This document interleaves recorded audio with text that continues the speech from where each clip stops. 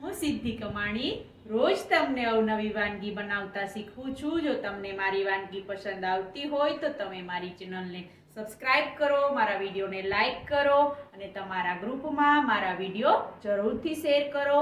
તો આજે આપણે આલુ પરોઠા બનાવતા શીખીશું, જે બે સરળ રીતથી બનાવતા શીખીશું। તો ચાલો આજે આપણે બનાવવાનું શરૂ કરીએ આલુ પરોઠા।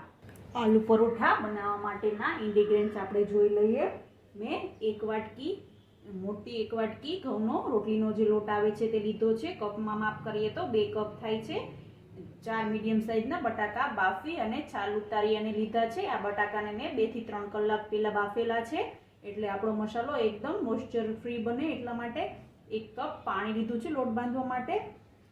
3 મોટી ચમચી તેલ લીધું છે, 1 ચમચી ખાંડ, 1 ચમચી નમક, 2 મોટી ચમચી ચોખાનો લોટ લીધો છે।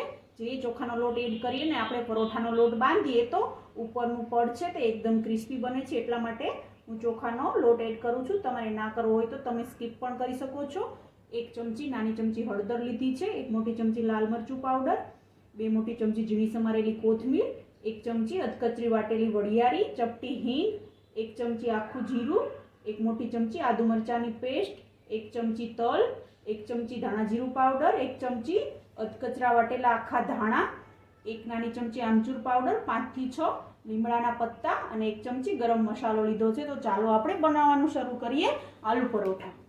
આલુ પરોઠા બનાવવા માટે પહેલાં આપણે લોટ બાંધી લેશું પરોઠા બનાવવાનો। તો મેં એક મિક્સિંગ બાઉલ લીધું છે, એની અંદર આપણે જે 1 મોટી વાટકી અને 2 કપ એવો રોટલીનો લોટ એડ કરી દઈશું અને એની અંદર આપણે જે 2 મોટી ચમચી ચોખાનો લોટ લીધો તે એડ કરી દઈએ। ચોખાનો લોટ એડ કરશો તો આપણા પરોઠા એકદમ ક્રિસ્પી બનશે, એટલા માટે હવે આપણે એની અંદર અડધી ચમચી નમક એડ કરવાનું છે, તો નમક એડ કરી દઈશું અને 2 ચમચી તેલ એડ કરી દઈશું મોણ માથે, એટલે આપણા પરોઠા એકદમ સોફ્ટ અને ક્રિસ્પી બને। તો 2 થી 3 ચમચી આપણે એમાં તેલ એડ કરી અને વ્યવસ્થિત બધી વસ્તુને મિક્સ કરી લેવાની છે। તો હવે આપણે બધી વસ્તુને મિક્સ કરી લેશું અને પછી આપણે પાણી નાખી અને સોફ્ટ લોટ બાંધવાનો છે, જેથી પરોઠા વણવામાં આસાન રહે। તો હવે આપણે બધી વસ્તુ પ્રોપર મિક્સ થઈ જાય પછી આપણે લોટ બાંધવાનો છે। તો હવે આપણી બધી વસ્તુ મિક્સ થઈ ગઈ છે, તો હવે આપણે પાણી એડ કરી અને સોફ્ટ લોટ બાંધી લેશું। તો પાણી એડ કરતા જવાનું છે અને લોટમાં મિક્સ કરતું જવાનું છે અને આપણે લોટ બાંધવાનો છે, એટલે આપણો લોટ એકદમ કઠણ પણ ના થાય અને એકદમ ઢીલો પણ ના થાય એવો લોટ બાંધવાનો છે। તો આવી રીતે આપણે હવે લોટ બાંધી લેશું। તમે જોઈ શકો છો આપણો લોટ બંધાઈ ગયો છે। તો હવે આપણે એની અંદર 1 ચમચી તેલ એડ કરી અને વ્યવસ્થિત રીતે મસળી અને ઢાંકી અને 15 મિનિટ માટે રેસ્ટ કરવા માટે મૂકી દેવાનો છે। તો હવે આપણે એમાં વ્યવસ્થિત રીતે તેલ લાગી જાય તેવી રીતે મસળી લેવાનો છે। તો હવે આપણો લોટ વ્યવસ્થિત રીતે તેલ લાગી અને મસળાઈ ગયો છે। તો હવે આપણે એને ઢાંકણથી ઢાંકી અને 15 મિનિટ માટે રેસ્ટ કરવા માટે મૂકી દઈશું। હવે આપણે સ્ટફિંગ માટેનો મસાલો રેડી કરી લઈએ પરોઠા માટે। તો આપણે જે બટેકા બાફીને લીધા હતા તેને આપણે આ એક પ્લેટની અંદર લઈ અને મેશ કરી લઈએ મેસર વડે। તો આપણા જે 4 મીડિયમ સાઇઝના બટાકા છે તેને આપણે ડીશની અંદર લઈ લેશું અને મેં આ મેસર લીધું છે, તો મેસર વડે પ્રેસ કરી અને આપણે બધા જ બટાકાને મેશ કરી લેવાના છે। બધા જ બટાકા મેશ થઈ જાય પછી આપણે એની અંદર મસાલો એડ કરવાનો છે।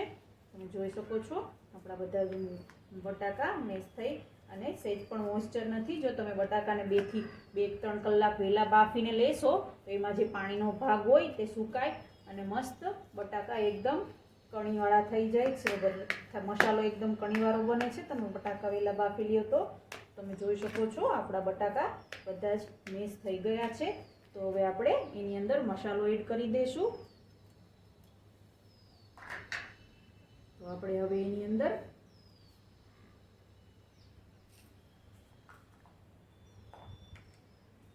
1 ચમચી ગરમ મસાલો મેં લીધો છે તે એડ કરીશું, 1 ચમચી ધાણા જીરું પાવડર એડ કરીશું,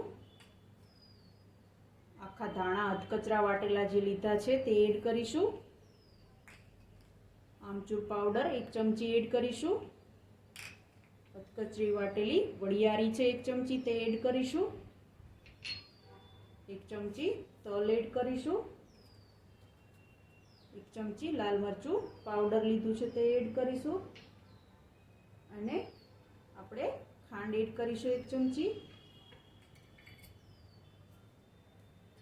અને સ્વાદ મુજબ નમક એડ કરીશું। આપણે લોટમાં પણ નમક નાખ્યું છે તો હવે આપણે આની અંદર પણ નમકનું પ્રમાણ સ્વાદ અનુસાર નાખો। તો હવે આપણે બધા જ મસાલાને હાથ વડે મિક્સ કરી લઈએ, પ્રોપર રીતે મિક્સ થઈ જાય ત્યાં સુધી મિક્સ કરી અને પછી આપણે આ મસાલાનો વઘાર કરવાનો છે અને વઘાર કરી અને પછી આપણે એનું સ્ટફિંગ રેડી કરી અને પછી પરાઠા બનાવવાના છે। તો તમે જોઈ શકો છો બધો જ બટાકાની અંદર મસાલો વ્યવસ્થિત રીતે મસ્ત મિક્સ થઈ ગયો છે। તો હવે આપણે એનો વઘાર કરી લેશું। આપણે સ્ટફિંગ માટેનો વઘાર કરી લઈએ।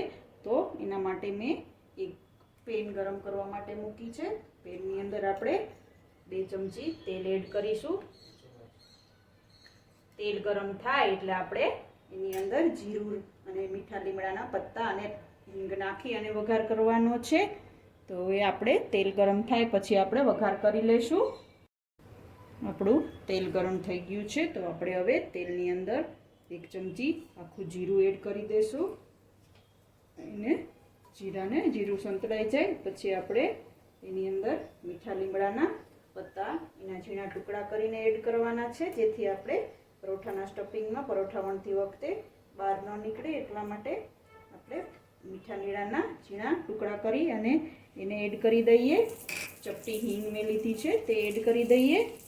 પછી થોડી હળદર એડ કરવાની છે એટલે આપણા સ્ટફિંગનો કલર મસ્ત આવે। અને હવે આપણે આદુ મરચાંની જે પેસ્ટ છે તે એડ કરી દઈએ અને મેં ડુંગળી તમને ઇન્ગ્રીડિયન્ટ્સમાં સમારીને બતાવી નહોતી। જો તમે ડુંગળી ખાતા હોય તો તમે સ્ટફિંગમાં વઘારમાં એડ કરી અને સ્ટફિંગમાં એડ કરી શકો છો। તો મેં ઇન્ગ્રીડિયન્ટ્સમાં નહોતી બતાવી તો હું વઘારમાં હવે આપણે આ બધું સંતળાઈ જાય એટલે આપણે ડુંગળી એડ કરી દઈશું। તો હવે આપણે એની અંદર ઝીણી સમારેલી એક મીડિયમ સાઇઝની ડુંગળી એડ કરી દઈએ અને ડુંગળી સંતળાઈ જાય ત્યાં સુધી આપણે એને પકાવી લેવાનું છે અને પછી આપણે જે મસાલો સ્ટફિંગનો રેડી કર્યો છે તે એની અંદર એડ કરી અને વ્યવસ્થિત રીતે મિક્સ કરી લેવાનું છે। તો તમે જોઈ શકો છો આપણો મસાલો મસ્ત સંતળાઈ ગયો છે અને પાકી ગયો છે। તો હવે આપણે એની અંદર જે બટાકાનો મસાલો આપણે રેડી કર્યો હતો તે એડ કરી અને બધો મસાલાને આપણે વઘારની અંદર મિક્સ કરી દઈએ। તો હવે આપણે જે આ બટાકાનો મસાલો રેડી કર્યો હતો તેને વ્યવસ્થિત રીતે મિક્સ કરી લઈએ વઘારમાં। એ આપણો બટાકાનો સ્ટફિંગ એકદમ ટેસ્ટી લાગે અને પરોઠા પણ ખૂબ જ મસ્ત બને। તો આવી રીતે આપણે બધા જ મસાલાને મિક્સ કરી અને પછી આપણે પરોઠા બનાવવાના છે। જોઈ શકો છો આપણો મસાલો બધો જ મસ્ત મિક્સ થઈ ગયો છે। તો આપણે લાસ્ટમાં એમાં કોથમીર એડ કરી મિક્સ કરી અને એના બોલ વાળી અને પછી પરોઠા માટેનું સ્ટફિંગના બોલ વાળી અને પરોઠા બનાવવાના છે। તો હવે આપણે એમાં કોથમીર મિક્સ કરી લઈએ અને પછી આપણે પરોઠા બનાવી લેશું। પરોઠામાં ભરવા માટેનું સ્ટફિંગ રેડી થઈ ગયું છે। તો હવે આપણે એના મીડિયમ સાઇઝના આવી રીતે લુવા બનાવી લેશું જેથી આપણે પરોઠા વણતી વખતે હાથ ખરાબ ન થાય અને એક સરખા પરોઠા બને એટલા માટે આવી રીતે આપણે સ્ટફિંગમાંથી મીડિયમ સાઇઝના લુવા બનાવી લેવાના છે। તો આપણે બધા સ્ટફિંગના લુવા બનાવી લેશું। હવે આપણે લોટ 10 થી 15 મિનિટ રેસ્ટ થઈ અને રેડી થઈ ગયો છે। તો હવે આપણે એને હાથ વડે મસળી અને એના લુવા રેડી કરી અને પછી પરોઠા બનાવવાના છે। તમે જોઈ શકો છો એકદમ સોફ્ટ લોટ થઈ ગયો છે રેસ્ટ થઈને। તો હવે આપણે એના લુવા બનાવી લઈએ અને પછી પરોઠા વણી લઈએ। તમે જોઈ શકો છો હવે હાથ વડે આવી રીતે લોટને મસળી અને એના એક સરખા આપણે લુવા બનાવવાના છે જેથી આપણા પરોઠા એક સરખા બને। તો આવી રીતે એમાંથી આપણે 5 કે 6 નંગ પરોઠાના લુવા બનાવી લેશું અને પછી પરોઠા બનાવી લેશું। તમે જોઈ શકો છો આપણા લુવા રેડી થઈ ગયા છે। તો હવે આપણે પરોઠા બનાવી લેશું। તો પરોઠા બનાવવા માટે મેં એક અહીંયા પાટલી લીધી છે અને આનું આપણે લોટનું આવી રીતે એક લુવું હાથ વડે બનાવી અને જે કોરો લોટ છે રોટલીનો તેની અંદર હું આવી રીતે બોળી અને પછી આપણે પરોઠું આવી રીતે વણવાનું છે અને પછી એની અંદર જે આપણે સ્ટફિંગનો લુવું રેડી કર્યું છે તે એડ કરી અને પછી વણવાનું છે અને હળવા હાથે વણવાનું છે જેથી પરોઠું વણતી વખતે તૂટી ન જાય। તો હું તમને પહેલાં આ અંદર સ્ટફિંગ ભરી અને બનાવતા શીખવાડી અને પછી એક બીજી રીતથી શીખવાડીશ। તો હવે આપણે જે સ્ટફિંગનો ગ્લુ રેડી કર્યું તેની અંદર એડ કરી અને આવી રીતે આપણે એને મોલ્ડ કરી લેવાનું છે. બધી બાજુથી આવી રીતે આમ મોલ્ડ કરી અને જે ઉપર લોટનો ભાગ વધે તેને આવી રીતે આમ કરી હાથ વડે અને કટ કરી લેવાનો છે. અને હાથ વડે વ્યવસ્થિત આપણે ગ્લુ રેડી કરી લેવાનું, જેથી આપણું પરોઠું વણતી વખતે ફાટે નહીં. તો આવી રીતે હાથ વડે દબાવી અને આપણે વ્યવસ્થિત રીતે ગોળ લુવું તૈયાર કરી અને પછી વણશો તો તમારું પરોઠું તૂટશે પણ નહીં અને મસાલો પણ બહાર નહીં આવે. તો હવે આપણે એને પાછું કોરા લોટની અંદર બોળી અને પછી વણવાનું છે, તો આપણે વણવામાં આસાની રહે. તો હવે આવી રીતે હાથ વડે દબાવી અને ધીમે ધીમે વેલણ વડે આપણે પરોઠું વણી લઈશું. અને પછી વણાઈ જાય એટલે આપણે એને બંને સાઈડ પલટાવી અને પાટલો ફેરવતું જોવાનું છે. આવી રીતે પાટલી અને વણી લેવાનું છે. તો તમે જોઈ શકો છો આપણું પરોઠું વણાઈ ગયું છે અને બધે જ વ્યવસ્થિત રીતે મસાલો પણ મસ્ત ફેલાઈ ગયો છે બધી બાજુ. આવી રીતે વચ્ચે જ નથી વણવાનું, ફરતી સાઈડ પણ વણવાની છે, એટલે બધી બાજુ એક સરખું મસ્ત બને અને મસાલો પણ મસ્ત રીતે લાગી જાય. તો તમે જોઈ શકો છો આપણું પરોઠું વણાઈને રેડી થઈ ગયું છે. તો હવે આપણે એને આવી રીતે બધા જ પરોઠા બનાવી લેશું. તો આપણે આ એક પરોઠું બનાવ્યું, તો હવે હું તમને બીજી રીતથી પરોઠું બનાવતા શીખવાડીશ. જો તમને આવી રીતથી ન ફાવતું હોય તો હવે આપણે બીજી રીતથી આલુ પરોઠા બનાવીશું. તો આપણે જે પરોઠાનો લોટ બાંધ્યો હતો એમાંથી બે નાની સાઈઝના મેં લુવા બનાવી અને આપણે પતલી બે આવી રીતે રોટી બનાવી લેવાની છે. અને પછી રોટીની વચ્ચે આપણે સ્ટફિંગ ભરી અને બંને રોટલીને ચોંટાડી અને પરોઠું બનાવવાનું છે. જો તમે વચ્ચે સ્ટફિંગ રાખી અને પરોઠું વણતા ન ફાવતું હોય તો તમે આ રીતથી બનાવશો તો પણ મસ્ત આલુ પરોઠા બનશે. તો આવી રીતે આપણે બે એક સરખી પતલી રોટલી બનાવી લેવાની છે. તો આ એક રેડી થઈ ગઈ છે. તો આવી રીતે આપણે હવે બીજી રોટલી રેડી કરી લેશું અને પછી એમાં સ્ટફિંગ ભરી અને પરોઠું બનાવી લેશું.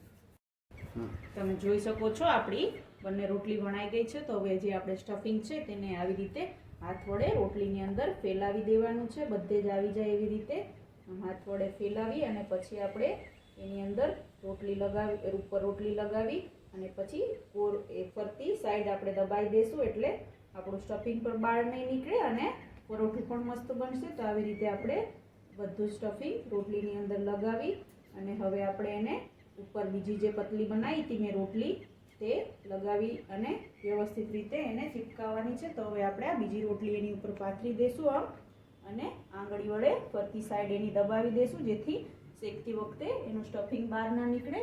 તો હવે તમને જો અંદર સ્ટફિંગ ભરીને વણીને ફાવતા ના હોય પરોઠા, તો તમે આ રીતે પણ પરોઠા બનાવશો તો મસ્ત પરોઠા બનશે. તો હવે આવી રીતે આપણે બધા જ પરોઠા બનાવી લેશું. પરોઠા વણાઈને રેડી થઈ ગયા છે. તો હવે આપણે એને શેકી લેશું. તો મેં ગેસ ચાલુ કરી આપણે જે લોખંડની લોઢી આવે છે તેમાં હું પરોઠા શેકીશ. એમાં જ મસ્ત શેકાય છે. તો મેં જે લોખંડની લોઢી આવે છે તે ગરમ કરવા માટે મૂકી છે. તો હવે આપણી લોઢી ગરમ થાય તો આપણે હવે એની અંદર પરોઠું શેકવા માટે રાખવાનું છે. તો આપણે લોઢી ગરમ થઈ ગઈ છે. તો હવે આપણે એની અંદર પરોઠું શેકવા માટે રાખી દઈશું અને એક સાઈડ થોડું પાકે પછી આપણે એને પલટાવી અને પછી એમાં તેલ એડ કરવાનું છે. તો આપણે એક સાઈડ થોડું પાકી જાય ત્યાં સુધી એને પકાવવાનું છે અને પછી પલટાવી અને પછી તેલ એડ કરી અને આપણે એને શેકીશું. તમે તેલની જગ્યાએ બટર પણ વાપરી શકો છો અને ઘી પણ વાપરી શકો છો. હું અત્યારે તેલથી શેકું છું. તો હવે આપણું એક સાઈડ પરોઠું શેકાય એટલે આપણે પલટાવી અને તેલ લગાવી અને બીજી સાઈડ પકાવી લેશું. તો આપણે હવે જોઈ લઈએ એક સાઈડ આપણું પરોઠું શેકાઈ ગયું હોય તો એક સાઈડ આપણું પરોઠું આછું શેકાઈ ગયું છે. તો હવે આપણે એની ઉપર ચમચી વડે વ્યવસ્થિત રીતે બધી જ વ્યવસ્થિત તેલ લાગી જાય ફરતી સાઈડ એવી રીતે તેલ લગાવી લેવાનું છે.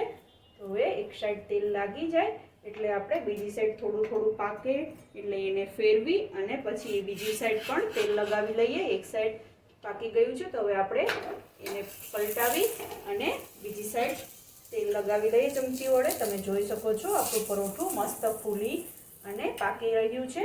તો હવે આપણે વ્યવસ્થિત રીતે બધી સાઈડ તેલ લાગી જાય તેવી રીતે તેલ લગાવી અને ગેસની ફ્લેમ મીડિયમ રાખી અને પરોઠાને પકાવી લેશું. તમે જોઈ શકો છો આપણા પરોઠા મસ્ત ફૂલી અને પાકી રહ્યા છે. તો હવે આપણે એક સાઈડ પાકી ગયું હોય તો એને બીજી સાઈડ પલટાવી અને પકવવા માટે રાખી દઈશું. તમે જોઈ શકો છો એક સાઈડ આપણું મસ્ત ક્રિસ્પી રેડી પરાઠું પાકી ગયું છે આલુ પરોઠું. તો જો તમને મારી આ રેસીપી ગમી હોય તો તમે મારી ચેનલને સબસ્ક્રાઈબ કરો, મારા વિડીયોને લાઈક કરો અને શેર કરો. તો આપણું પરોઠું બીજી સાઈડ પણ પાકી ગયું છે એ આપણે ચેક કરી લઈએ. બંને સાઈડ આપણું પરોઠું મસ્ત લાઇટ બ્રાઉન થઈ અને પાકી ગયું છે. તો હવે આપણે આવી રીતે બધા જ પરાઠાને શેકી લેશું. તો તૈયાર છે ઉપરથી ક્રિસ્પી અને અંદરથી ખૂબ જ ટેસ્ટી એવા આપણા આલુ પરોઠા. તો તમે પણ આ રીતથી ઘરે જરૂરથી ટ્રાય કરજો અને તમારા પરોઠા કેવા બન્યા તે મને કમેન્ટમાં જરૂરથી જણાવજો. કેવી લાગી આજની રેસીપી તમને? જો તમને મારી રેસીપી પસંદ આવી હોય તો તમે મારી ચેનલને સબસ્ક્રાઇબ કરો, મારા વિડીયોને લાઈક કરો અને ગ્રુપમાં શેર કરો. તો રોજ આવી અવનવી વાનગી જોવા માટે જોતા રહો રંગત, ખાણીપીણીના શોખીન ગુજરાતીઓની. Thanks for watching.